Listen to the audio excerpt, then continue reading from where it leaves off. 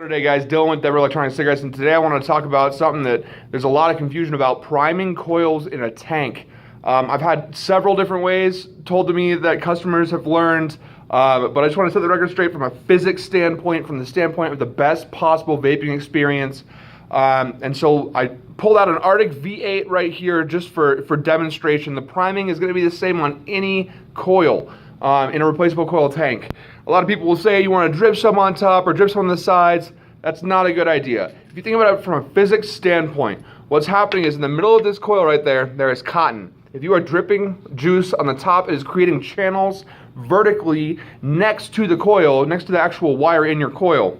What happens then is when you fill your tank and you actually start to hit it, you start to pull juice in from the sides using that pressure of your breath up the chimney. You're gonna actually, the juice is gonna hit those vertical channels, and it's not gonna reach your coil as efficiently as if the natural channels from pressure were created going horizontally into that coil. So that way it hits directly to that wire, into that chimney, and up through the drip tip, obviously into your lungs.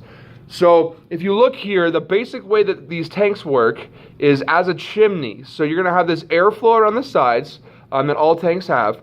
Sometimes the airflow is on the top if it's a displacement tank. The method still stands true. So what happens is as you're vaping, you're pulling air in here, which is pulling juice into your coil well, the heating element is vaporizing that juice, which then follows up that chimney and into your lungs. So the best way to prime your coil is going to be, you want to make sure your coil is in there snug, screw on your tank, fill it. If it's a bottom fill, obviously you're going to fill it from the bottom.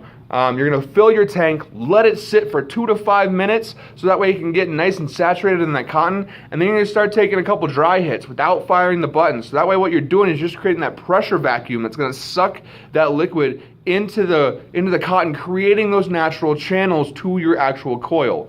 From there, you're going to turn your device down to extremely low wattage, 10, 15 watts, depending on the coil, even 5. If it's a 0.5 or something, you're going to run around 30 watts. Basically, you want to run it to the lowest possible wattage. You're going to take a hit. You're going to take a full hit like you normally would, a full breath.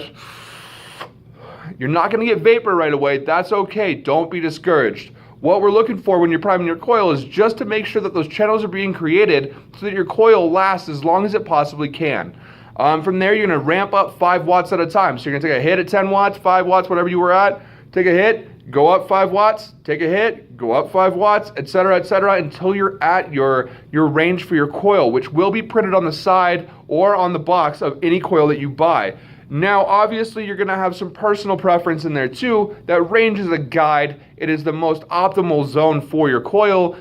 If you find a range, or a temperature or a wattage outside of that range that you prefer, go for it. Just be aware that you're not optimizing the coil to the manufacturer's standards. So sometimes that can lead to coils burning out faster. It can lead to oversaturation in your wicks in your coil. It can lead to leaking. So you do really kind of want to stay in that optimal range, but you can definitely move in between that range. So thank you guys for watching, and we will be posting all kinds of videos trying to help you guys out with these new FDA regulations that we can't help you out in shop. So thanks for watching.